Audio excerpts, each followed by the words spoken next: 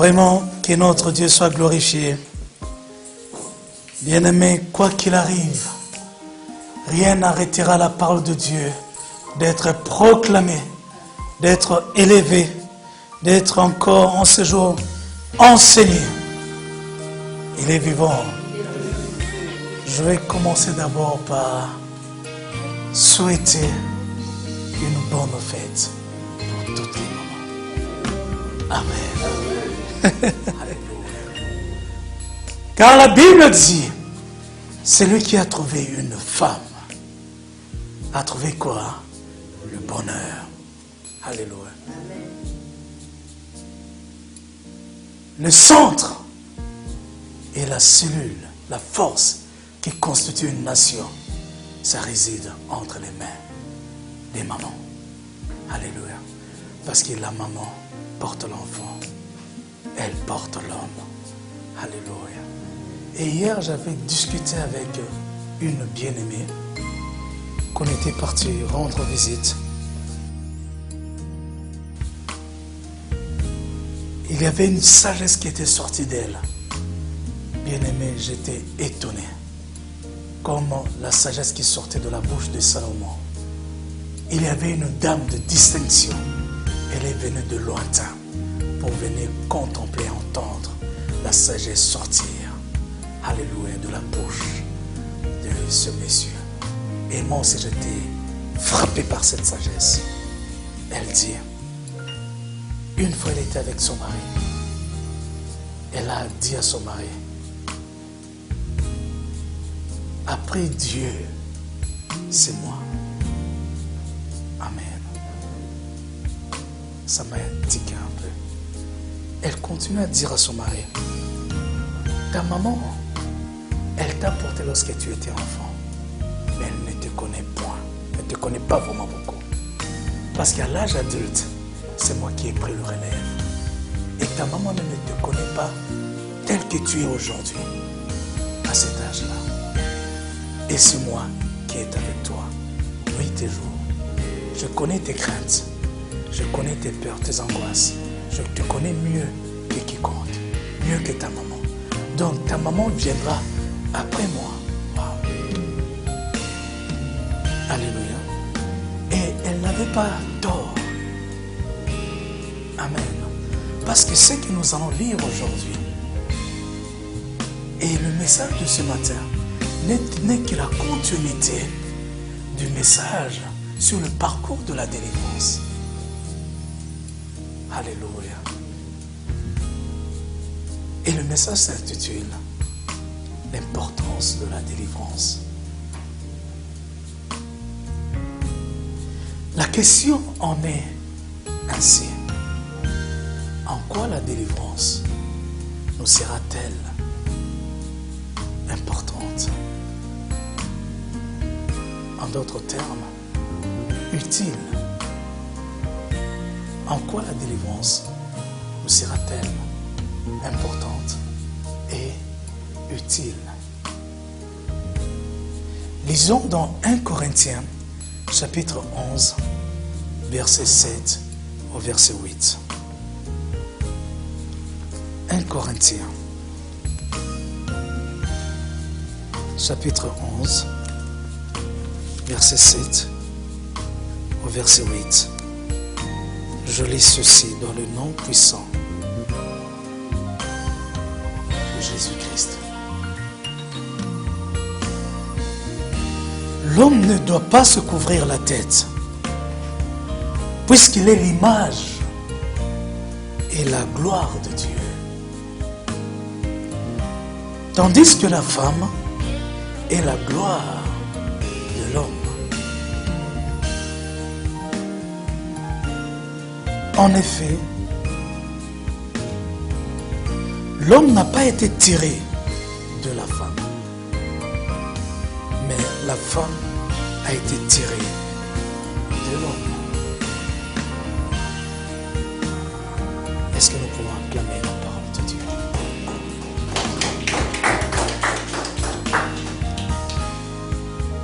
Bien-aimé, c'est la vérité.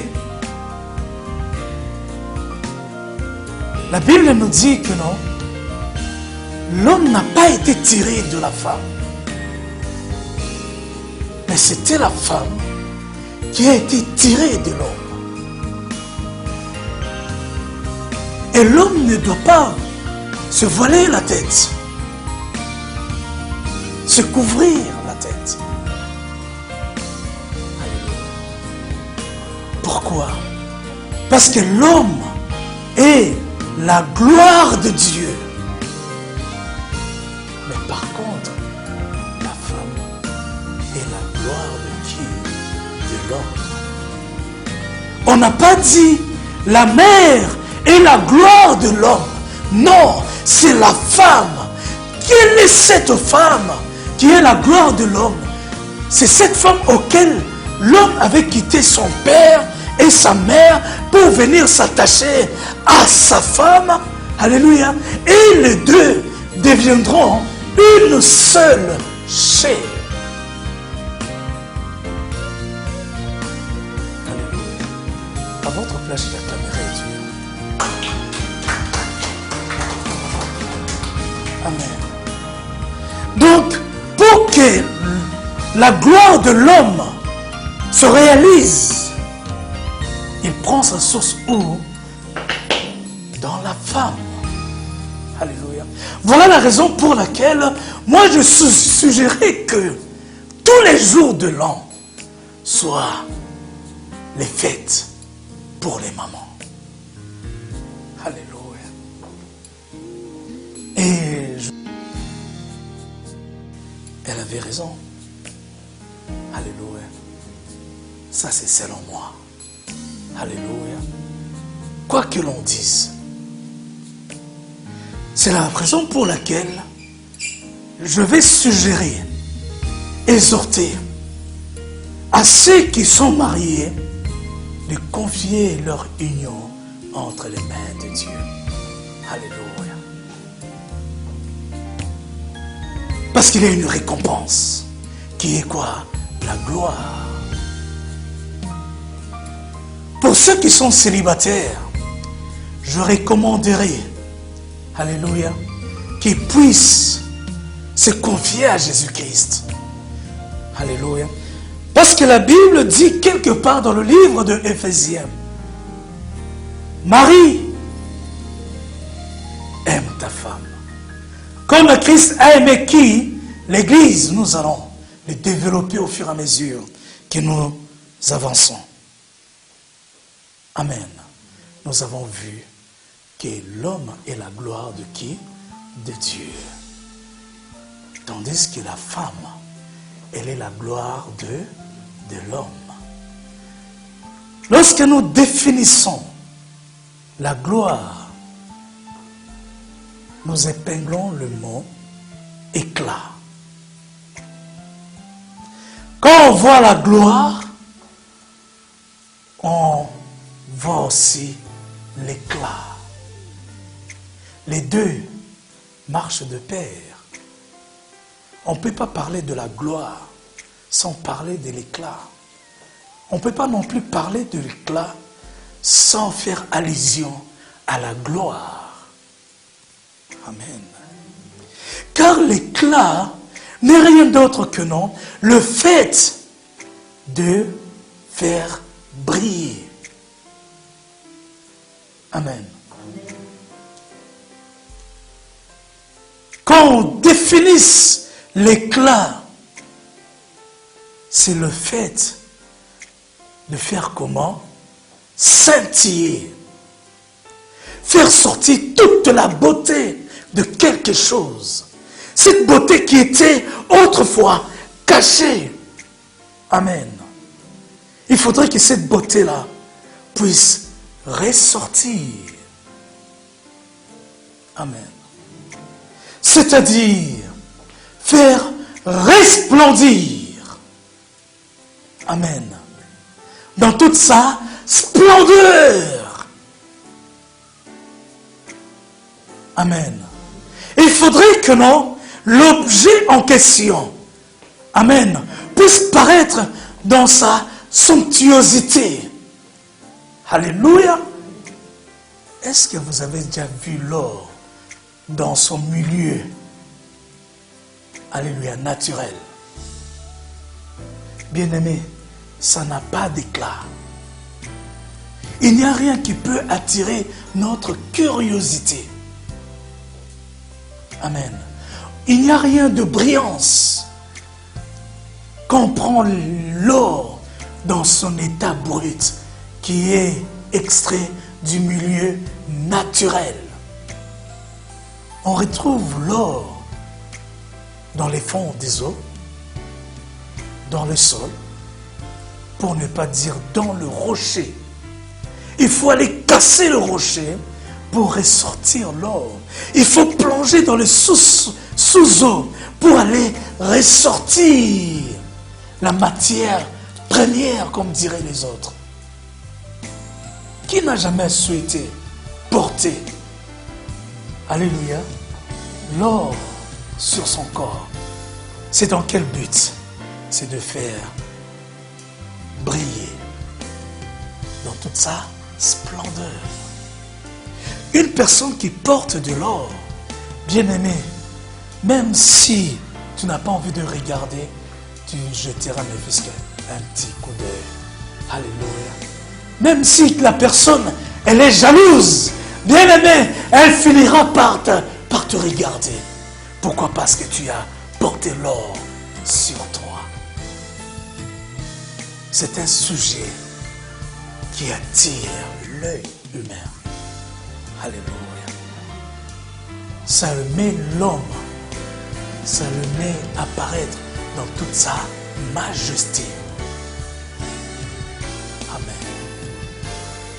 Lorsqu'on extrait l'or dans son milieu naturel, je répète encore, il n'y a rien d'éclat.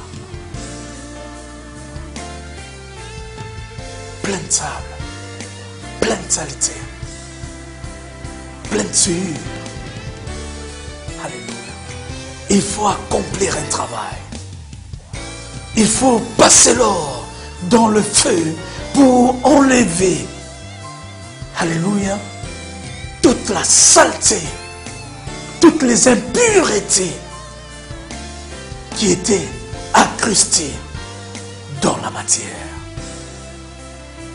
Peu importe la température à laquelle on fait réchauffer l'or, mais bien aimé, la finalité, c'est ce qui nous intéresse. Il est vivant. Il est vivant. Qui? Qui?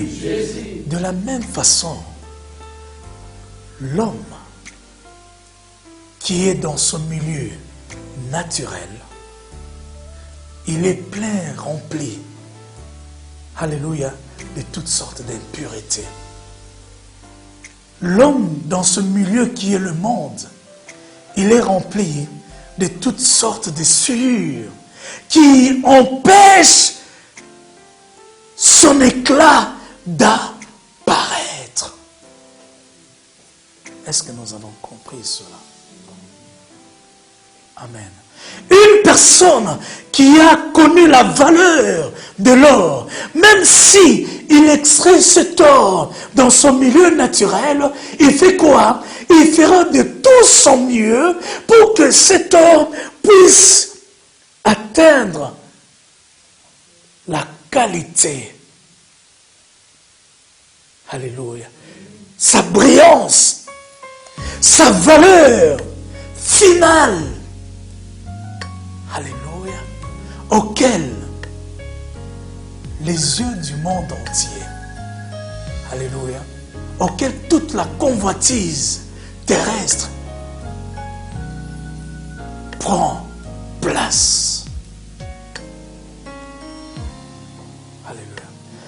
Jésus-Christ qui connaît ta valeur, malgré que tu es dans ce monde, alléluia, il a prié Dieu, Seigneur, ne les ôtez pas de cette terre, de ce monde, mais je te prie seulement que tu puisses les préserver.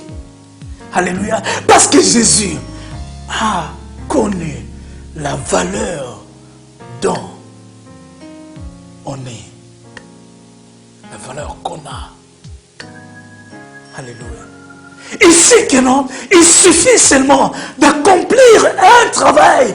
Et il va te redonner la valeur d'origine, qui est une valeur inestimable, qui n'a pas de prix. Alléluia. Bien-aimé, quelqu'un qui a un diamant de plusieurs carats, il ne s'hasarde pas à brader cette pierre précieuse. Il sait la valeur de sa pierre précieuse. Alléluia. Il ne descendra jamais en dessous de sa valeur estimable. S'il faut la garder, il la gardera. Jusqu'à tel point, il trouvera l'acquéreur qu'il faut. Alléluia. Pour donner le juste prix. Il est vivant. Qu'est-ce que Jésus-Christ, connaissant la valeur que nous sommes, malgré qu'on est dans un état impitoyable. Bien-aimé, ce n'est pas moi qui le dis. C'est la parole de Dieu. Parce que la gloire, c'est quelque chose, on ne badine pas avec. Alléluia. Car qui dit la gloire, dit la brillance. Qui dit la brillance, dit la splendeur. Qui dit la splendeur, dit le luxe. Ce n'est pas le luxe à la manière des hommes. Alléluia. Parce que Dieu dit, celui qui mettra son doigt sur l'œil de mes rois, alléluia, il aura affaire à moi. Alléluia. Parce que Dieu sait que vous êtes, il connaît la valeur de chacun de nous. Amen. C'est la raison pour laquelle il faudrait que nous soyons enseignés pour connaître. Ne nous estimons pas. Comment je peux le dire? Ne nous sous-estimons pas. Alléluia. Ne pleure plus, ma soeur, mon frère. Tu as une grande valeur. Alléluia. Tu es une personne de grande distinction. Même si on est en train de te prendre, de te balloter de gauche à droite, ne te sous-estime pas. Tu dois marcher avec fierté. Alléluia. Même si tu manques la chose que tu cherches tant d'années, bien-aimé, marche avec conviction. Tu sais que ton Dieu fera le travail qu'il faut pour redonner ta splendeur à votre Père. J'acclamerai Dieu.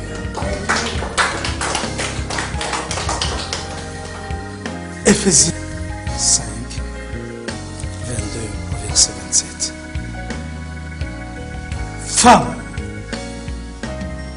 que chacune soit soumise à son mari, comme au Seigneur. Car le mari est le chef de la femme, comme Christ est le chef de l'Église, qui est son corps, et dont il est le sauveur. Or, de même que l'Église est soumise à Christ, les femmes aussi doivent l'être à leur mari en toutes choses.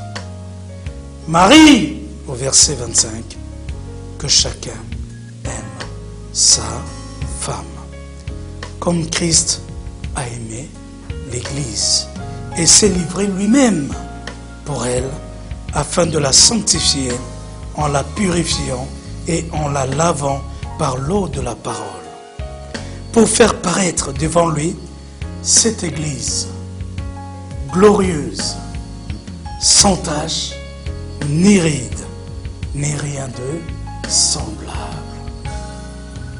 mais sainte et irréprochable. Et bien-aimés, que nous ne voulons pas, nous allons prêcher la parole. Amen. Là encore, je vais encore frapper encore plus dur sur quelque chose qui nous divise un peu. Alléluia. Nous voulons la gloire, mais ce n'est pas quelque chose qui est facile. Parce que la gloire se cache sur ce verset que nous venons de lire. Amen. Que ce soit du côté de la femme, que ce soit du côté de l'homme. Amen. Chacun a un travail à accomplir. Amen. Si nous voulons voir la gloire dans notre couple, ou bien dans le couple des chrétiens, dans ce monde, peu importe l'institution, peu importe la croyance, peu importe, alléluia, la religiosité, bien-aimé, la gloire ne peut venir s'installer dans la vie d'un couple, dans la maison, tout en prenant sa source dans ce passage. Amen. Le respect de l'un et le respect de l'autre. La femme, je commence d'abord par vous, parce que vous êtes la base de la société. C'est vous qui faites le bonheur des hommes. Alléluia. On me dira que non, la charité commence par... Amen. Non. Aujourd'hui, moi, je commence parce que c'est la fête des mamans, mais j'aimerais que je puisse appuyer un peu. La soumission est le départ de la gloire de toutes choses. Maman, tu diras Amen. Amen. Une femme soumise. Alléluia. Une femme soumise. Sa soumission va déclencher le début de la gloire dans sa maison. Amen. La soumission ne veut pas dire l'esclavagisme. Non, il ne faut pas confondre cela. Parce que nous, le papa, c'est-à-dire nous les hommes, nous en faisons un peu de trop. Alléluia. Nous venons appuyer un peu sur ce passage. Il n'est pas écrit que tu dois être soumise. Alléluia. Mais la soumission n'est pas l'esclavagisme. Il ne faut pas faire l'amalgame là-dessus. On va le développer plus tard. Alléluia. Parce que c'est un sujet qui fait baver beaucoup de gens. Alléluia. Et même dans le milieu chrétien. Comment tu peux être soumise à Dieu et ne pas être soumise à ton mari? Alléluia. Commencez d'abord dans les maisons. Alléluia. Avant de venir prier Dieu. Une femme qui prie Dieu et qui n'est pas soumise à son mari, bien-aimé, c'est le contraire.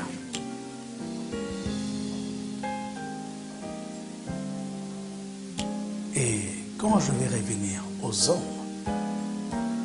il n'a pas été dit à la femme d'aimer le mari. L'amour doit venir de qui? Des hommes. Marie, que chacun aime sa femme. Alléluia. L'amour au sein du mariage est le devoir de l'homme. Amen. Une femme, lorsqu'elle se sent aimée, elle deviendra soumise. Amen. Un homme qui maltraite sa femme dans le foyer, il est impossible d'obtenir la soumission de sa femme. Ça ne serait que la guerre totale, la séparation, les divisions, le querelle. Alléluia. Jusqu'à tel point qu'il y avait une femme qui avait empoisonné son mari. Pourquoi on a demandé à l'homme d'aimer la femme? Parce qu'il y a un travail que Christ va accomplir pour faire sortir la splendeur et nous conduire dans la gloire. Une gloire divine, une gloire de Jésus-Christ au sein de son corps qui est l'Église.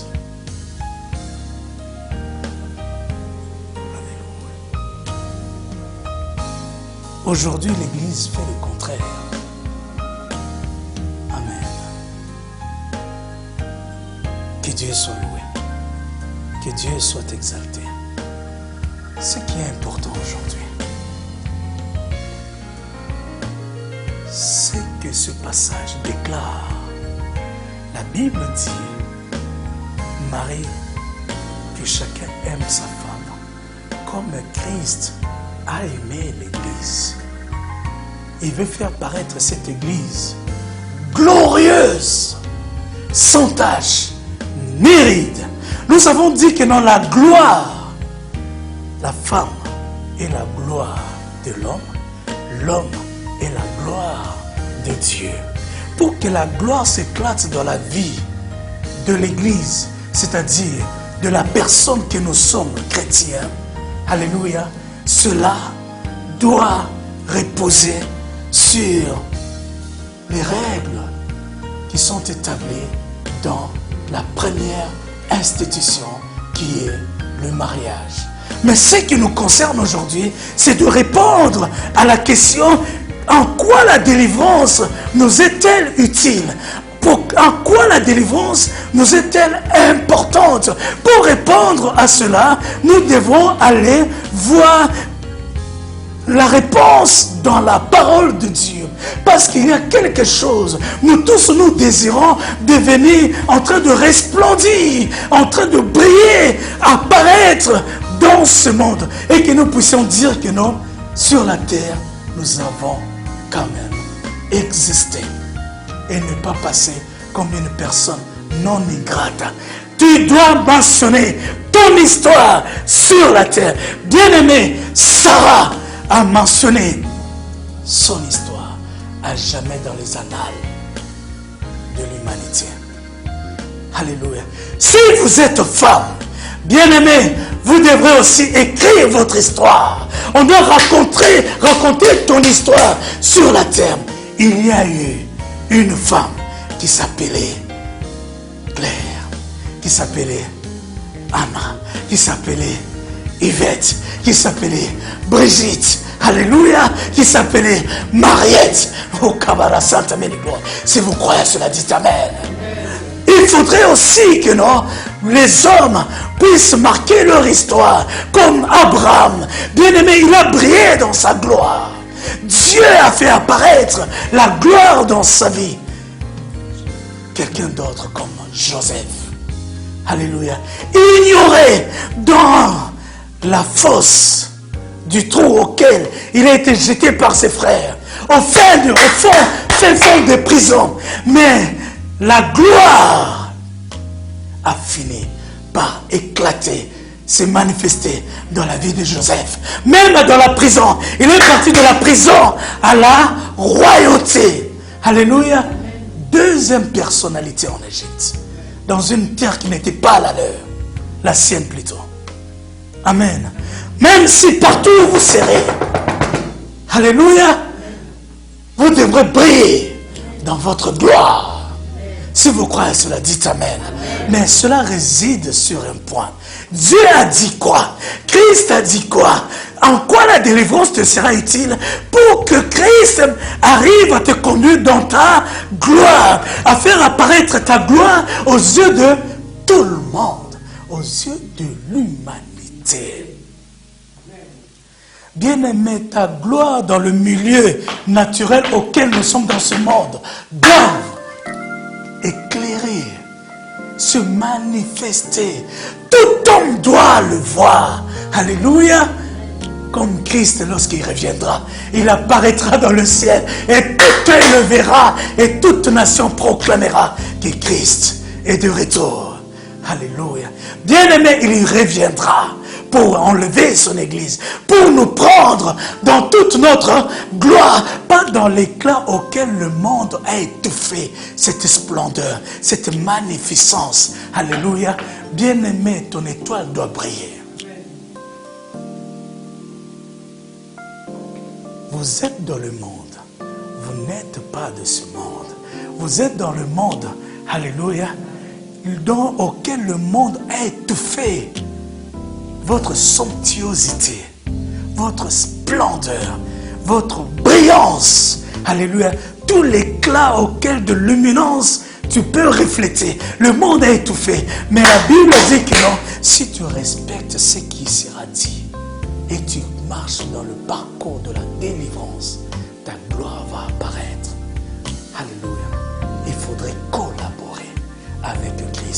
La Bible dit que non, dans le livre de l'Apocalypse, cieux, réjouissez-vous, car les noces de l'agneau sont proches. Les noces de l'agneau sont arrivées.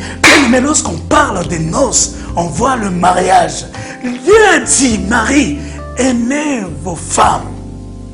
Amen.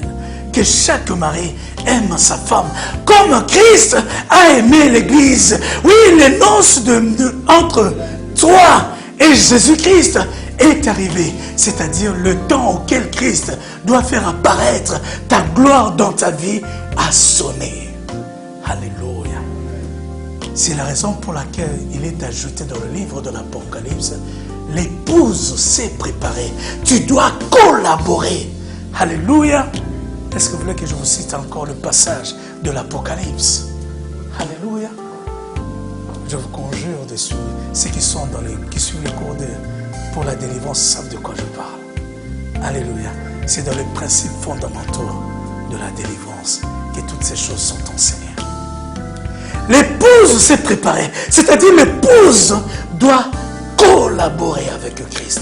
Parce que Christ a une mission. C'est de faire apparaître ta gloire aux yeux de tout le monde avant que tu t'en ailles de ce monde, avant que tu quittes ce monde. Bien-aimé, tu dois dire que non, oui, j'ai vécu. Alléluia. Oui, mon œil a entendu parler de toi. Et mes oreilles plutôt ont entendu parler de toi. Mais les yeux t'ont vu. Alléluia. Christ a dit, je vais faire paraître cette église glorieuse, sans tache, ni ride. Alléluia. Pour que la gloire de Jésus-Christ arrive à faire apparaître ta gloire, il ne doit pas y avoir deux choses dans ta vie. C'est-à-dire les taches et les rides. Les deux choses font obstacle à la gloire auquel Christ veut faire apparaître dans ta vie. Alléluia. Donc, les taches et les rides étouffent ta brillance, ta splendeur, ta luminance, ta somptuosité. Alléluia. Le luxe auquel Christ veut faire apparaître dans ta vie. Parce que tu es précieux à ses yeux. Amen. Et ces deux choses, c'est le monde qui l'amène dans ta vie pour que cela puisse étouffer la gloire que Dieu avait définie au commencement de toutes choses. Alléluia. Les taches, ça représente quoi? Et les rides, ça représente quoi? Alléluia. Les taches, bien-aimés, c'est des choses qui peuvent suivre. Amen. Comme moi je mange, j'aime bien manger. Alléluia. Bien-aimé, quand je mange, mon épouse des fois, elle se tient la tête et dit waouh. Alléluia. Parce que je mange et pendant que je mange, je transpire. Alléluia. Parce que le mets est tellement succulent. Alléluia. La likamuna soupe. Amen. Le problème de la sauce, des fois, ça divise les choses. Le mari peut te quitter à cause de... Alléluia. Mais moi, je sais que je ne quitterai pas mon épouse parce que quand moi je mange, alléluia, ça bave de partout. Amen. Et je ne me préoccupe même pas de celui qui est à droite ni à gauche. Amen. Pas tellement, c'est tellement bon. Et la chemise, je m'en fous. Demain, je vais acheter une autre. Amen. Mais les taches qui tombent sur ma chemise, cette sauce-là, c'est ce qui constitue des taches. Amen. C'est cette saleté. Dans le livre de Ésaïe chapitre 59, versets 1 à 2, la Bible dit ceci. Non, la main de l'Éternel n'est pas courte pour sauver, ni son oreille trop dure pour entendre, mais ce sont seulement vos fautes qui l'empêchent d'agir. Ce sont vos iniquités qui l'empêchent de se manifester. Car au verset 3, il rajoute, car vos mains sont souillées de sang. Alléluia. Et là, nous voyons encore que non, les péchés viennent souiller l'homme. Alléluia. Les péchés viennent apporter la saleté dans laquelle nous vivons. Alléluia. Oh, le péché est l'apanage de ce monde. Le monde, lorsque nous sommes dans ce monde, nous ne pouvons pas fuir le fléau qui est le péché. Alléluia. Bien aimé, aussi longtemps que nous sommes dans ce monde, nous pécherons toujours. Alléluia. C'est la raison pour laquelle Dieu dit, Amen, priez pour que vous ne puissiez pas tomber dans la tentation. La tentation est là pour seulement vous conduire dans le péché, à commettre le péché. Le péché vient pour souiller l'être que nous sommes. Et je dis bien, le péché a 5 branches. Alléluia. Le péché a 5 branches. Que nous le voulons ou pas, moi je crois à ce passage de Exode, chapitre 20, verset 5. Je punis l'iniquité des pères sur les enfants jusqu'à la 3e et la 4e génération de ceux qui me haïssent. Amen. Les arrière-grands-parents. Alléluia. J'englobe là-bas parce que je ne le connais même pas. Alléluia. Mais la Bible dit que non, des fois je subis l'iniquité de ceux que je n'ai jamais vus. Alléluia. Mais qui sont dans ma lignée. Alléluia. Qu'on appelle le lien du sang. Dites Amen. Et mes péchés personnels. Alléluia. Qui constituent la 3e branche du péché. Les péchés d'entourage. Alléluia.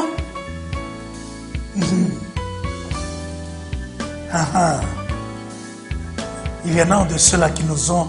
Il y en a de ses camarades. Tu reconnais que celui-là, il m'a appris à devenir un impudique. Alléluia.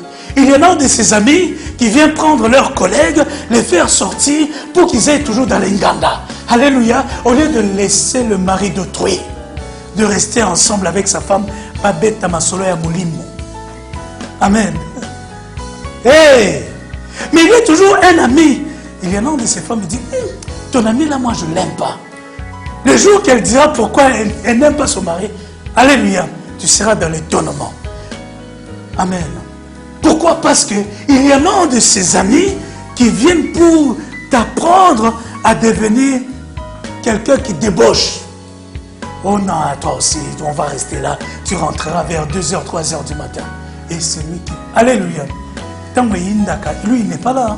Mais lorsqu'il viendra vers 19h, mon ami, là-bas, aujourd'hui, nous allons... Ça, ce sont les péchés d'entourage. Il y en a un qui t'a appris à devenir, aller entrer dans les maisons de fétiches, je ne sais pas comment. Alléluia, tu as participé. Lui, il est né, grandi, nourri dans une famille auquel les papas, c'est la coutume. Les coutumes, amen. Il vit comme ça, à toucher par-ci, par-là, à vivre avec des singadoloketo, amen. Mais toi, tu n'as pas été né, tu n'as pas reçu cette éducation. Mais il y en a seulement un qui t'a conduit sur ce chemin-là. Moi, j'appelle ça, c'est le chemin, c'est le péché d'entourage. Et généralement, dans les délivrances, il y en a de ceux-là qui sortent et qui se manifestent. Amen. Parce qu'il y en a de ceux-là dans leur occultisme. Ils viennent étouffer et ils t'utilisent dans le monde du ténèbre sans le savoir. Il y a des fois quand je relate ces choses, les gens croient que Alléluia. Mais moi-même, je l'ai vécu dans ce ministère pendant les délivrances. Et je sais que dans le cœur d'âme, lorsque j'ai posé la question, qui a été l'ami auquel il t'a conduit dans ça, ça, ça? Amen. C'est dans les délivrances, tu verras sur certaines délivrances, les amis proches qui vous ont conduit dans de telles pratique, il se manifeste pour dire c'est moi qui est l'auteur de son freinage, de ses souffrances, de ça parce que j'ai fait ça, ça, ça dans sa vie. Alléluia. Donc les tâches représentent les souillures dans notre vie, mais qui peut s'enlever facilement. Amen. Mais par contre les rides, c'est deux choses différentes, ça n'a rien à voir. Même si tu entres dans la douche, tu restes 5 heures du temps. La chose qu'il ne faut jamais faire à la maison. Nous sommes en Europe, le compteur tourne. Amen. On risque de payer la facture trop cher. Il faut prendre la douche convenablement, pas trop durer. Et, amen, sortir le plus rapidement possible. Le juste minimum. Mais être propre. Mais lorsqu'on sort, bien-aimé, les rides ne sont pas enlevées. Ça reste. Amen. Lorsque je regarde la maman qui est au fond là-bas, alléluia, et je compare la photo lorsqu'elle avait 14 ans, elle était une Miss. Je ne dis pas qu'elle n'était pas Miss aujourd'hui. Amen. Je dis seulement que non, il y a eu une transformation. Il y a ce qu'on appelle le vieillissement de la peau. Quand la peau vieillisse, on ne peut pas échapper. Alléluia. Il y aura des séquelles. Il y aura toujours des marques qui manifestent le vieillissement de la peau qu'on appelle les rides. Même si tu vas te laver, alléluia, ça ne s'enlèvera pas. Il faut une intervention chirurgicale. Il faudrait que le médecin entre dans sa combinaison, dans sa blouse, je ne sais pas comment, pour tenir le couteau. Amen. C'est l'endroit que je vais rarement aller. Sur la table de l'opération. Ne l'acceptez jamais. Priez pour que vous ne tombiez pas malade. Alléluia. Parce que le médecin, il se réjouit dans ce genre de pratique. Non, non, ils font un travail remarquable, formidable. Mais des fois, lorsqu'ils sont payés par opération, bien aimé, des fois, ça passe. Amen. On devient des chars. Voilà. Alléluia. Les rides nécessitent une intervention chirurgicale. De la même façon, lorsque Jésus-Christ veut apparaître, te faire apparaître comme cette église glorieuse, sans tache ni ride, tu ne dois pas y passer. Il y a des choses qui s'enlèvent facilement comme le péché en demandant pardon, mais il y en a de ces choses, il faudrait entrer dans le profondeur auquel Jésus-Christ doit utiliser son épée, le couteau, qui est sa parole, pour aller, alléluia, séparer moelle et jointure, cisailler, enlever, couper, pour que la peau retrouve un peu cette semblance de jeunesse. Amen. Qu'est-ce qui peut représenter les rides dans ta vie? Les rides n'est rien d'autre que non. Les liens que je viens de citer, les liens familiaux, ça peut être des liens diaboliques, sataniques. Alléluia, qui ne s'enlève pas par une simple prière. Il faudrait que Jésus-Christ, c'est pas moi qui le dis, mais c'est la parole de Éphésiens chapitre 5, du verset 22 au verset 27. Comme Christ s'est livré lui-même pour faire paraître cette église sans tache et sans ride, des choses qui ne peuvent pas s'enlever comme ça, il faudrait que Jésus-Christ saisisse son couteau et l'accomplisse. Alléluia. Sans revêtir son blouson blanc, qui est de sa parole, et de couper quelque chose. Ride peut représenter des malédictions dans la vie d'une personne. Une malédiction ne tombe pas, alléluia, par une simple prière. Amen. Ride peut représenter un esprit impur. Souvenez-vous du passage auquel Christ, lorsqu'il est entré pour la première fois dans le temple, et qu'il y avait une femme assise. Elle était en train de souffrir pendant 18 ans. Alléluia. Ils n'étaient pas dans le marché, mais c'était dans le temple. Là où la parole de Dieu était en train d'être prêchée. Alléluia. Elle ne mériterait pas d'être délivrée. Elle qui est la fille d'Abraham, telles a été les paroles de notre Seigneur Jésus-Christ, en voyant cette femme assise dans le temple pour écouter. Amen. Or, cette femme, elle a été tourmentée pendant 18 ans par un esprit impur. Les démons ne partent pas par une simple prière. Pour que le démon parte, lorsqu'il a pris assise dans ton corps, il faudrait que le passage de Marc, chapitre 16, à partir du verset 17, fasse son apparition. Voici les miracles qui accompagneront ceux qui auront cru. En mon nom, ils chasseront les démons. Alléluia! Il faudrait que ce démon-là pour partir. Ce n'est pas par une prière, Seigneur, je te bénis. Seigneur, dans l'adoration, le démon ne partira pas. Dans l'action de grâce, le démon regarde l'être. Pendant que toi, tu loues, Seigneur, Alléluia. Mais le démon ne peut partir que lorsque vous lui donnez l'ordre de quitter et de partir dans le nom de qui? De Jésus-Christ. Alléluia. Mais dans la condition, la cause qui lui avait permis d'entrer dans ta vie soit ôtée. Aussi longtemps que la cause qui lui a permis d'entrer dans ta vie reste toujours là, c'est ce qui va constituer sa force pour l'empêcher d'être expulsé. C'est la raison pour laquelle dans la délivrance, on traite toujours les deux choses. Les taches et les rides. Ça m'étonne que dans certaines délivrances, on fait passer les gens sans pour autant traiter les problèmes de péché. Dans toutes ces formes. Amen. Peut-être ton problème réside dans les péchés que tes arrière-grands-parents avaient accomplis dans le temps. Dernièrement, j'étais avec un bien-aimé. Il est d'origine française. Alléluia. C'est un homme, un père de 2 enfants avec son épouse.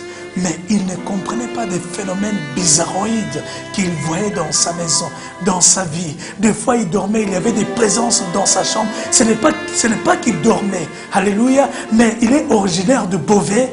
Alléluia. Mais en parlant avec lui, il m'a avoué, il a dit, je n'ai jamais dit ça que ce soit. Mais je vois que tu es un homme de Dieu parce qu'il y a des choses que tu me parles, c'est des choses que moi je vis dans notre famille. Alléluia. Il me dira que dans sa famille, ses grands-parents avaient pratiqué la sorcellerie. Ce n'est pas quelque chose qui est en Afrique, mais il s'agit de quelqu'un qui vit ici. En France, il est né français, il a Amen. Je ne sais pas s'il est d'origine bretonne. Amen. Il est nantais, il est d'ici. Alléluia. Quel a été le rapport entre la sorcellerie de ses grands-parents avec ce qu'il est en train de vivre? Amen. C'est par rapport à la lumière. Lorsque je lui ai détaillé, il a dit ça. Je comprends pourquoi tous ces phénomènes. Même il est parti demander à son père. Son père lui a avoué, effectivement, mon père, il faisait ça. Ces pratiques sorcellériques. Amen. Il est vivant. Parce que si je vous parle d'un témoignage d'un Africain, les gens vous diront, ah, ça c'est les Africains, ça vient d'Afrique. Non. Alléluia. Que Dieu nous bénisse. 2 choses. On doit traiter le problème des taches et le problème des rides. Les taches n'est rien d'autre que non, les péchés, les choses qui peuvent s'enlever facilement. La Bible dit, si mon peuple sur qui est invoqué mon nom s'humilie, cherche ma face et se détourne de ses mauvaises voies, je le pardonnerai du haut des cieux. Alléluia. Bien-aimé, lorsque toi tu t'es humilié, tu as demandé pardon, Dieu est miséricordieux. C'est pour cette raison qu'il était mort sur la croix. Il était venu pour obtenir la rédemption de nos péchés, c'est-à-dire le pardon, pour que nous soyons pardonnés lorsque nous allons nous humilier et demander pardon à l'Éternel. Amen. Les rides, bien-aimés, il n'y a qu'au travers de la délivrance que ces choses peuvent tomber. Alléluia. L'importance de la délivrance, en quoi la délivrance nous est-elle utile? C'est pour traiter toutes les formes de péché dans notre vie, qu'il n'y ait aucun brin de ces choses pour que la gloire de Dieu puisse apparaître dans notre vie. Il faudrait que dans la délivrance, le problème des rides soit traité dans toutes ses formes, liens, malédictions, présence impure et toutes les choses semblables que nous connaissons. Alléluia. Il n'y a que au sein de la délivrance. J'exhorte vraiment à qui que ce soit, si vous voulez que votre gloire vous conduise afin que vous puissiez apparaître, vous conduire afin que vous puissiez briller dans toute la splendeur, afin que vous puissiez devenir, alléluia, des personnes somptueuses, oh Kabbalah Santa Meni Gloria, et que vous puissiez briller, alléluia, sur cette terre d'hommes, jusqu'à l'éternité. Il faudrait demeurer dans ce ministère. Surtout ne jamais négliger. Faites en sorte que ce ministère ne devienne pas une histoire, mais vivre la délivrance. Ceux qui ne sont pas encore délivrés, je vous exhorte, n'attendez pas, car Jésus dit, rachetez les temps, car les jours sont mauvais. Alléluia. Ceux qui sont déjà délivrés, je vous exhorte à rechercher, à demeurer et à faire en sorte que vous ne soyez pas étouffés, que le monde ne vienne pas empêcher que votre éclat soit manifeste. S'il y a des choses qui surgissent dans votre vie, qui se réveillent pour maintenant vous empêcher de vivre cet éclat, vous puissiez la couper immédiatement afin de continuer toujours à demeurer dans la gloire de Dieu. Une personne qui passe à la délivrance, bien aimé, sa gloire apparaîtra.